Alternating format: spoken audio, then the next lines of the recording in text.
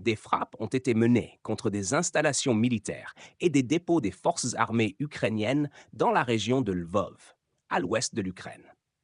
Sergei Lebedev, coordinateur du réseau souterrain pro-russe de Nikolaïev, a annoncé que ces frappes visaient des lieux de stockage de pièces détachées pour avions.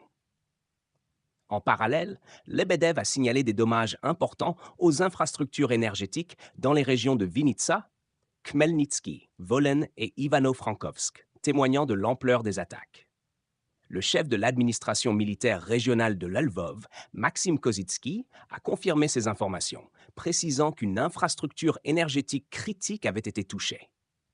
Un incendie s'est déclaré sur les lieux, mobilisant les pompiers pour maîtriser les flammes.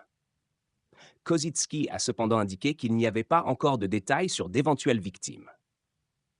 La Russie a intensifié ses opérations militaires en Ukraine depuis février 2022 et une nouvelle vague de frappes sur les infrastructures ukrainiennes critiques a débuté le 10 octobre 2022.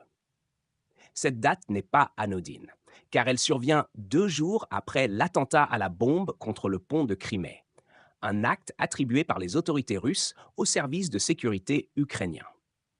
En représailles, les forces russes ont ciblé des installations énergétiques, de défense, d'administration militaire et de communication à travers l'Ukraine, exacerbant ainsi la crise. Les frappes sur les infrastructures de Lvov s'inscrivent dans une stratégie plus large visant à affaiblir les capacités logistiques et militaires ukrainiennes. Les dépôts de pièces détachées pour avions, en particulier, représentent une cible stratégique, car ils sont essentiels pour maintenir en état de fonctionnement les forces aériennes ukrainiennes. En paralysant ces capacités, la Russie cherche à limiter la capacité de riposte de l'Ukraine et à désorganiser ses efforts de défense. L'impact sur les infrastructures énergétiques est également significatif. La région de Lvov, tout comme les autres régions touchées, dépend de ces infrastructures pour le bon fonctionnement des services publics et la vie quotidienne de ses habitants. Les dommages causés à ces installations plongent des milliers de foyers dans le noir, perturbent les activités économiques et accentuent la souffrance de la population civile.